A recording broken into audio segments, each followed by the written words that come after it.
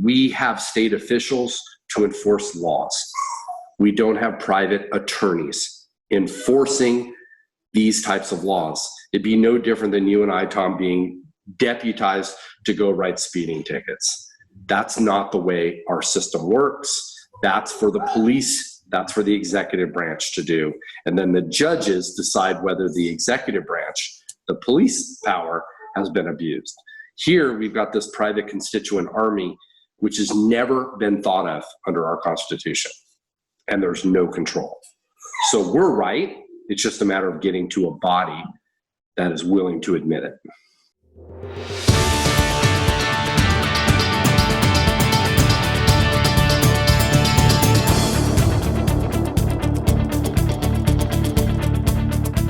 Welcome to the California Labor Law Odyssey. We're navigating over 1,100 pages of labor laws. Trying to comply makes this voyage quite a journey. I'm your host, Tom Manzo, and today we have a very special guest and friend, Rich Frey of Epstein Becker Green. Epstein Becker Green happens to be one of the largest labor employment law firms in the United States. And today we're going to focus the show and talk about CABIA's, California Business and Industrial Alliance's lawsuit against the state. Welcome to the show, Rich. Good afternoon, Tom. How are you doing? Good. So how do you like working and living remotely these days? At first, I think it was a kind of a cool new experience. Now it's getting a little old, but we're managing. Yeah. And it seems like it might be this way for a while. I mean, I was reading the news, and it looks like Google, Facebook, Zillow, they are all going to work from home until 2021. Yeah, I think our law firm right now is planning on reopening at the end of the month, but it'll still be a soft opening. And I think a lot of lawyers have learned how to do a lot of what they can do on Zoom and things like that. Back in 2018, in November, we filed our lawsuit against the state of California, challenging the constitutionality of PAGA. And, Rich, can you walk us through the initial lawsuit and what we were asking for, what our claims were? Sure. So we divided our lawsuit into one California state law specific claim, separation of powers, and then a series of state and federal law claims, which were pretty much sounding in due process, equal protection, and things like that. Excessive fines was another claim. Yeah. So the separation of powers claim, a lot of your audience may think of and say, well, that's also a federal issue, because that deals with the executive branch, legislative branch, and judiciary, and they each have defined roles, and they're not supposed to infringe upon one another's duties. But each of the states, when we created our Constitution, created its own constitution. So you have the United States Constitution and you have 50 other state constitutions. Well, California's constitution sounds similar, but it's not identical to the United States Constitution. Interesting. So on the due process pretty much means I get a lawsuit and I end up having to settle in mediation because it costs me too much to try to fight that claim all the way to the end. Is that correct? Is that the layman's understanding of this? It certainly sounds in that. It's taking somebody's property without giving them a fair access to the system. And in your scenario, an argument could be made that the excessive costs that these types of lawsuits generate and place upon especially small and mid-sized business owners make it so they can't really access the court system to fairly adjudicate the decision. So how many claims did we have in the initial lawsuit? 7, I believe. Yeah, 7 claims. And the funny thing is when we filed the initial lawsuit, you always have people on the sidelines. You have a lot of the doubters, the naysayers. And I think a lot of people really felt that the entire lawsuit would be thrown out and we would be kicked out before we even stepped up to the plate. And, we survived that and we've been through some challenges since we survived it. And what grounds do you think our lawsuit survived in the first place? Well, let me just give you a little bit more of an explanation of what we were up against and what most people were saying. They didn't even think an organization such as CABIA would have standing to bring the claims. We won that out of the box. On all of our claims, the judge found that as an organization, we had standing to bring the claims. And it was kind of an unusual decision because a lot of groups don't survive that initial requirement to having standing to even be in court. Then, and standing means, Rich, could you just explain what standing means to the viewers? You're properly an injured party to bring the claim. And oftentimes organizations, if they're seeking certain types of relief, won't have standing because they weren't injured. And normally you have to argue your members were injured. But the problem with that is if each member is trying to bring a claim, they can't bring it through an organization. They have to bring it individually. So you have to kind of balance those two things. And we were successful on that. And I believe if we're ever up on appeal, that we're going to sustain the standing issue. And so what ultimately happened was separation of powers. The battle became on separation of powers and equal protection. Due process and excessive fines went by the wayside for, frankly, I agree with the court's reasoning. It's too hard to bring a due process claim or an excessive fines claim on a general basis, which is how CABIA has to bring it. We can't bring a specific fact pattern. So I would urge all of your listeners, all of the viewers, in their individual case, they may be able to bring out facts that do show excessive fines or do show due process problems. But as a whole, PAGA has certain things written into it which allow this type of challenge to be defeated. Now, on the excessive fines piece, I know that in our lawsuit, in our complaint, we cited an actual case with Starbucks, and it was over the de minimis time.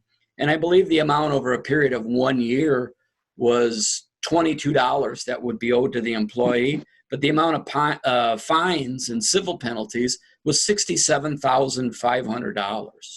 So I guess from my standpoint, and probably a lot of the viewers, a lot of us folks who aren't in the court system on a daily basis, how would that not be considered excessive fines, Rich? Maybe you should have done the oral argument, Tom, because that was well put.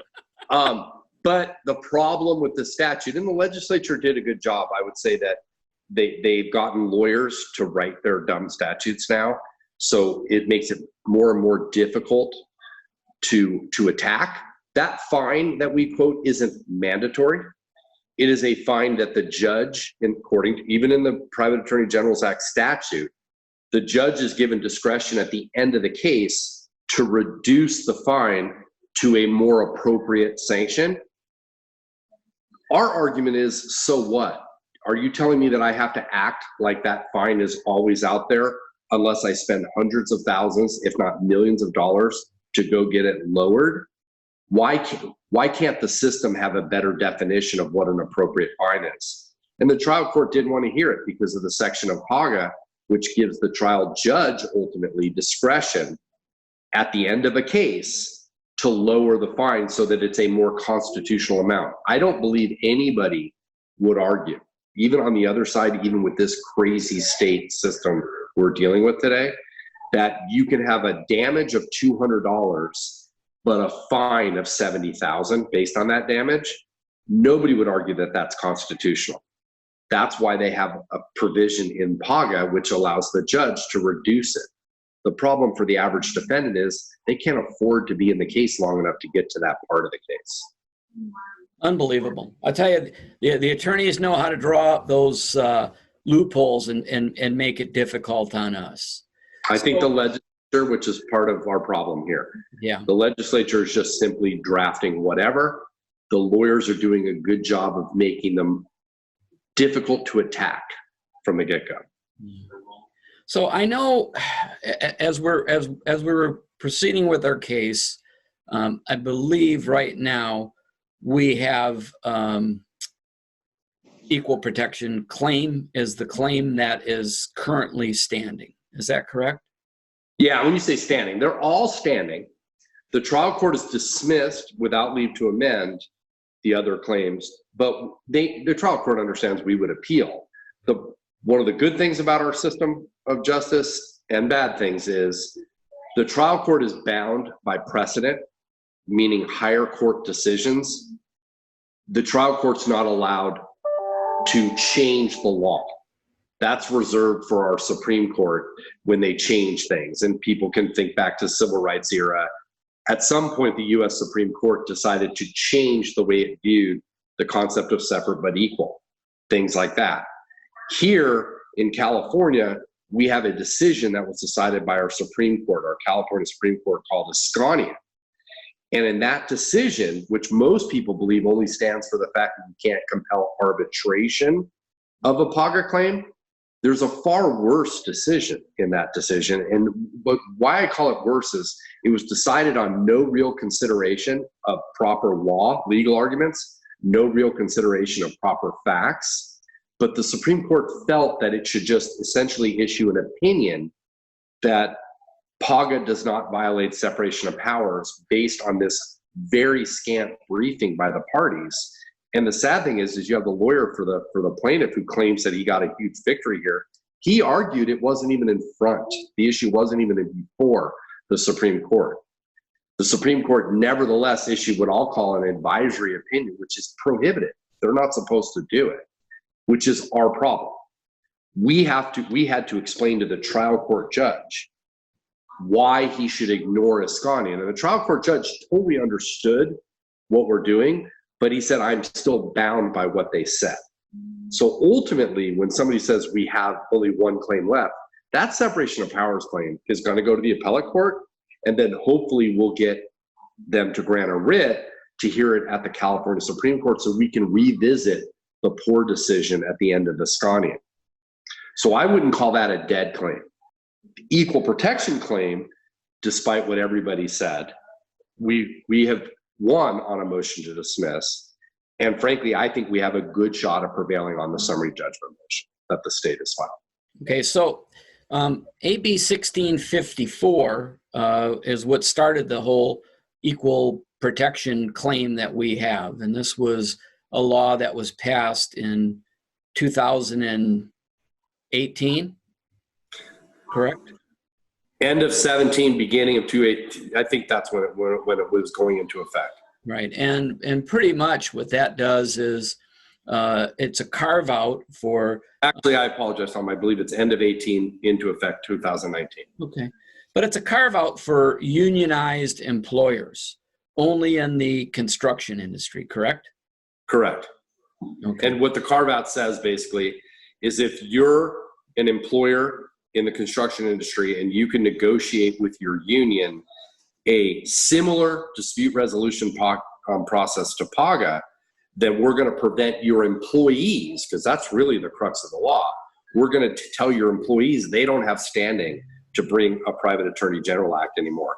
They have to bring it through the union contract. They have to bring it through the collective bargaining agreement.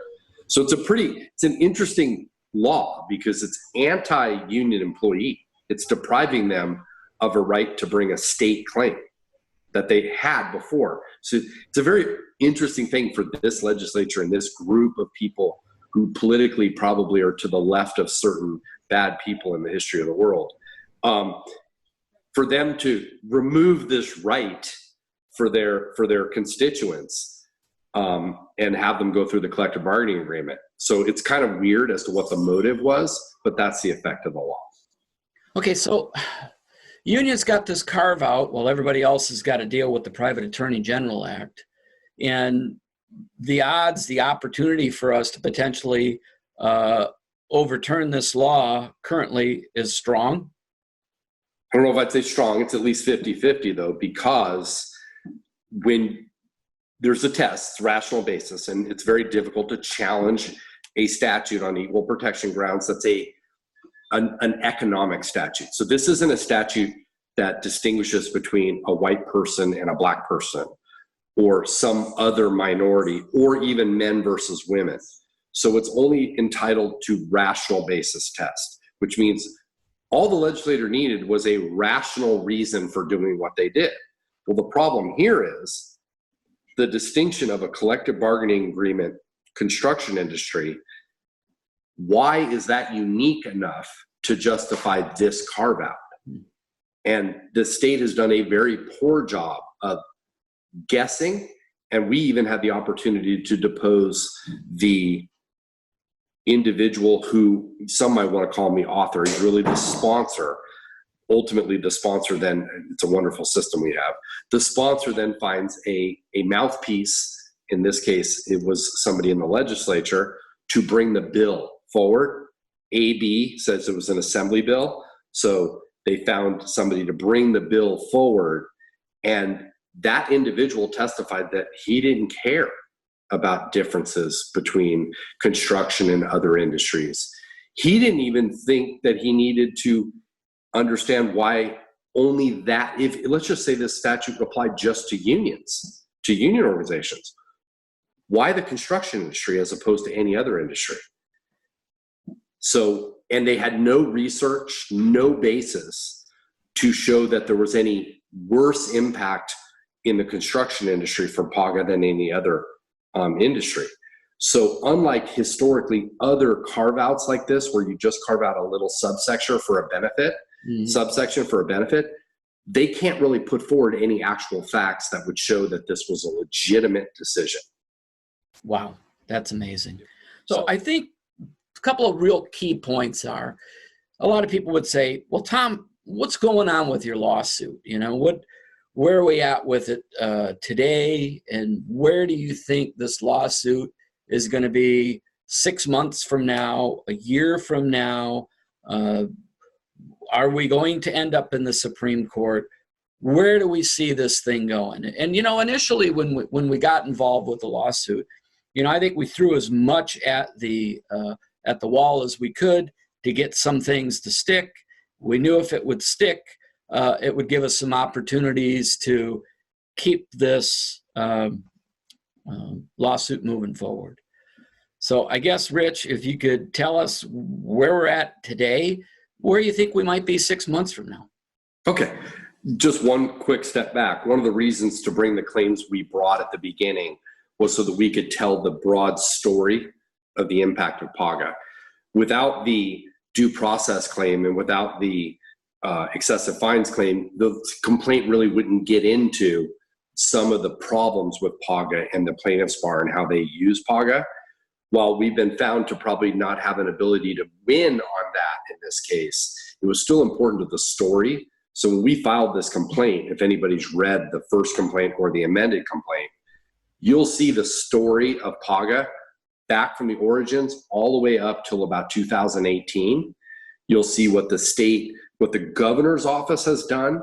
The governor has written several reports, or at least the governor's agency has written several reports about the abuse of PAGA in effect by the plaintiff's bar. So the purpose of the complaint was also to tell the right story and to put it all in one place. 54-page complaint. It can be found on CABIA's website, cabia.org. And even with utilization of our PR team helping out and putting some of that information together so it was legible, readable, usable. We wanted legislators and everybody to realize the abuses that PAGA is seeing. Correct. So we knew that some of what we were throwing against the wall might not stick. But here's what happened.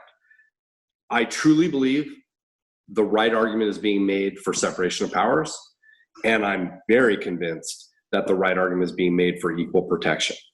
That's how this complaint will ultimately proceed, in my opinion. We will have equal protection. It's right now, the state has filed a summary judgment motion. They have speculated as to reasons that the statute is legitimate because they can't cite to anything in the legislative history. They've speculated, and the sad thing is under rational basis, an approach like that is allowed. We argue that what they're speculating about isn't accurate because they never speculate about the distinction of a construction industry and union employer. Either except either carve out may have legitimate basis. I don't think they would if you looked at it closely, but you have to combine them for purposes of this one. So they speculated as to that. That hearing was supposed to be heard right around this time, but because of the COVID pandemic, things have been postponed, and now that hearing has been moved to the beginning of September, I believe. Our opposition to their summary judgment motion wouldn't be due until sometime in August, and then they would file a reply. So assuming that schedule goes forward, we'll get a final decision on the summary judgment motion sometime in September. If we prevail on summary judgment, it's time to discuss with the state striking the statute, or our more clever, I think it's accurate, but it's aggressive, remedy, which would be to apply the carve out broader. Instead of just, because the issue for the judge will be, what would the legislature had done? What would they have done had they known what they were doing violated equal protection? Sad thing is when you, based on the deposition of the sponsor, he didn't even understand what equal protection was. He certainly didn't say that any of the people in the legislature said, well, why not others? They don't seem to care. They just care. Yeah, we plan on releasing some of those deposition tapes shortly, because I mean, obviously everything we're doing, even when we filed the lawsuit, it's public information. It's public data. Our goal is to inform everyone what's really going on at all levels of the state and decision-making by the government. Correct. So that part of the lawsuit will be adjudicated, and we'll know where we stand a little better. We may have a trial. You never know. It's going to be an interesting question for how to try the case. Well, we took a deposition, and I believe what that guy said should be binding on the author, and I think it's incumbent upon the state to put some legitimate justification that they haven't done so far. Mm-hmm. So that's that part. Separately, once the case is over at the trial court, no matter whether we win equal protection or not, we'll have the right of appeal. And so we will, in my opinion, at this point, bring the separation of powers argument on appeal, where we'll be arguing that the court should not have dismissed our separation of powers claim on the motion to dismiss. He shouldn't have done that. Here's why. And we'll be right head on head with the Ascanian decision and how the Ascanian decision was improperly decided, didn't consider the actual argument we were making. And subsequent, the Supreme Court is actually, in this most recent Raines case, has actually cited an interesting case. It says, well, wait, you can't cite a case for a proposition it didn't consider. Well, that's exactly what Ascanian is being done to us. They're using Ascanian for a proposition it didn't consider, the argument we're making. So we'll be able to deal with that. Likely, the appellate court will feel bound by Ascanian, or they'll agree with us and say, you know what? I think Ascanian didn't make the finding that would end your case. Go back to the trial court and do your discovery and prove your case. So that's the possible decision at the appellate court. If the appellate court if they affirm the dismissal, we would seek a writ and ask the California Supreme Court to reconsider its decision in Ascanian. The problem with that is that the Supreme Court could decline. Right. They don't have to take every case up. So you're hopeful that they will, and that's the remedy. The alternative, and I encourage any other trade association out there or any other group out there, is to try and bring all federal claims in federal court and add the separation of powers claim to the federal court and see if you can't get the Ninth Circuit to rule on it. The Ninth Circuit's become a little more conservative recently.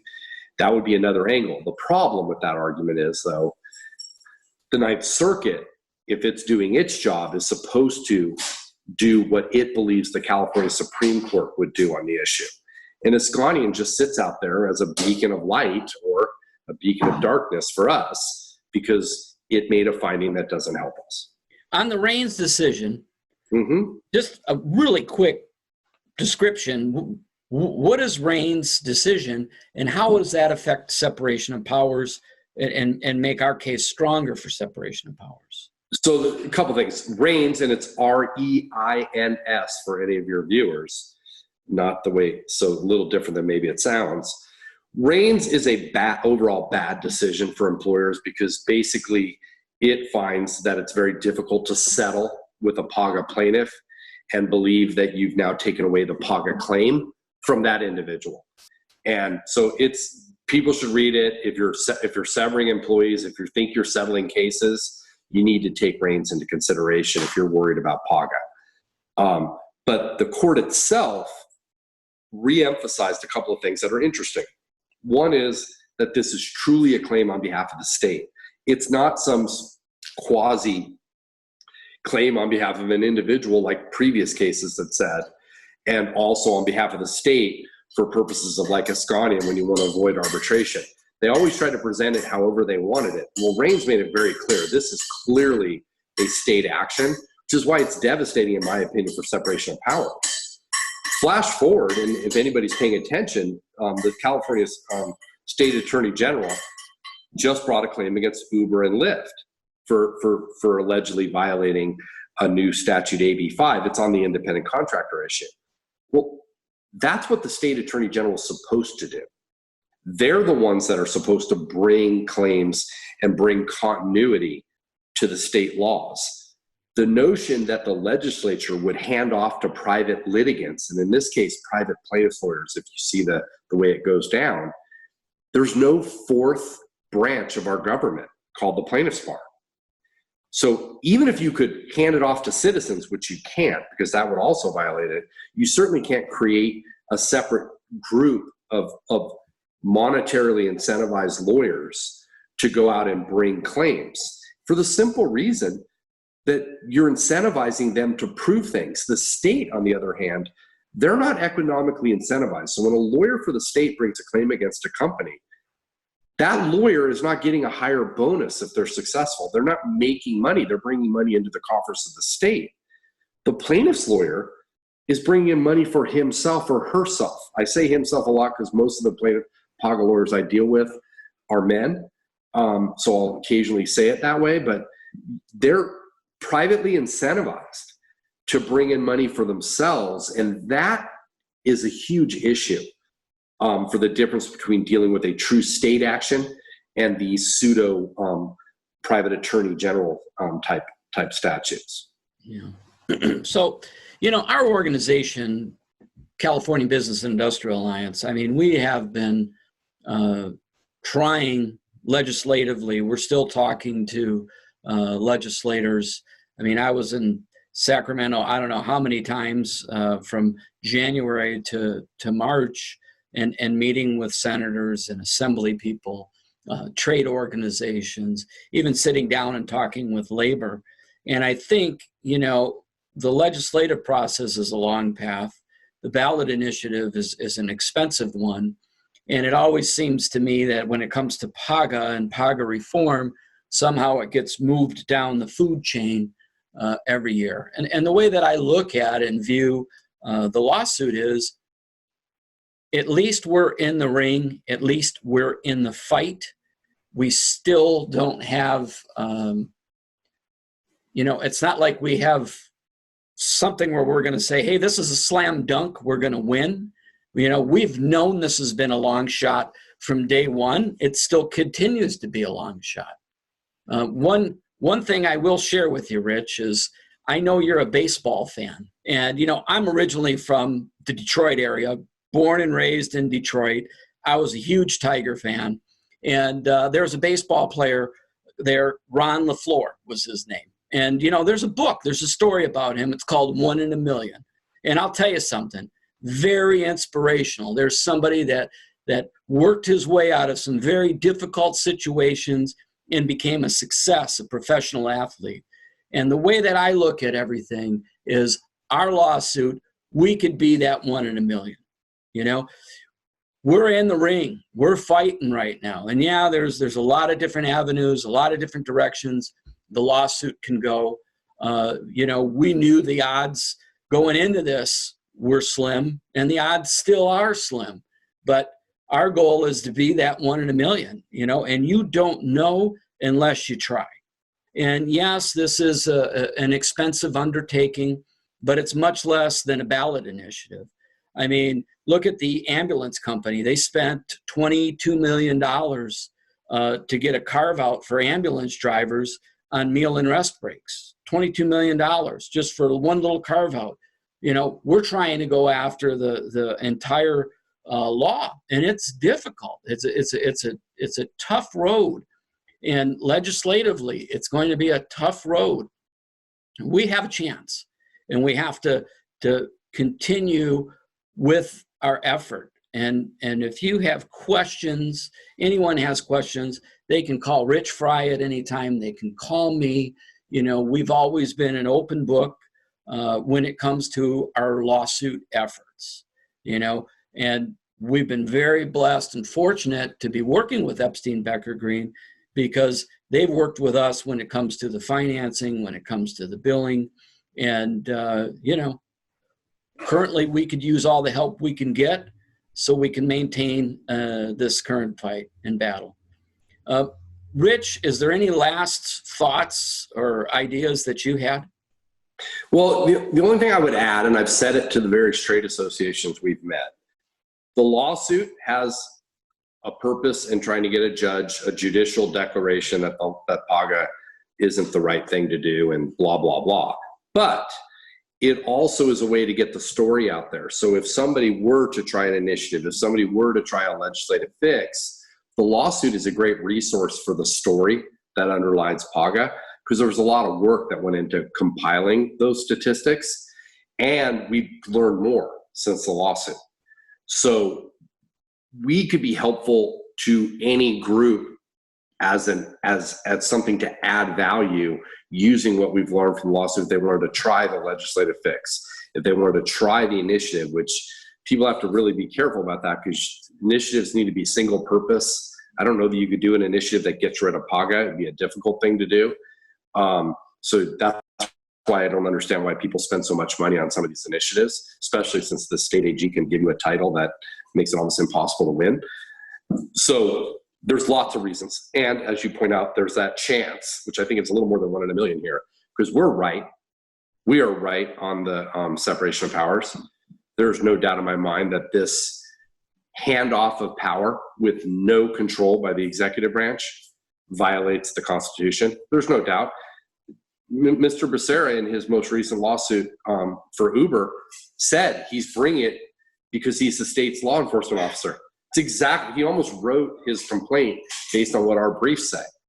But in ours, he doesn't want to be the state's labor, the enforcer. For PAGA, he wants to hand it off to all of his constituent people that voted for him and give him money. He wants to allow them to be the private attorney generals, but where they're not doing a good enough job, he's going to step in and go against Uber and Lyft. Well, to me, we have state officials to enforce laws. We don't have private attorneys enforcing these types of laws. It'd be no different than you and I, Tom, being deputized to go write speeding tickets. That's not the way our system works. That's for the police. That's for the executive branch to do. And then the judges decide whether the executive branch, the police power, has been abused. Here, we've got this private constituent army, which has never been thought of under our Constitution. And there's no control. So we're right. It's just a matter of getting to a body that is willing to admit it. Well, I feel better already. Our odds are better than 1 in a million. There you go. Thanks for everything, Rich. Thanks for your explanations. Thanks for everything you've been doing, and enjoy the rest of your day. You too.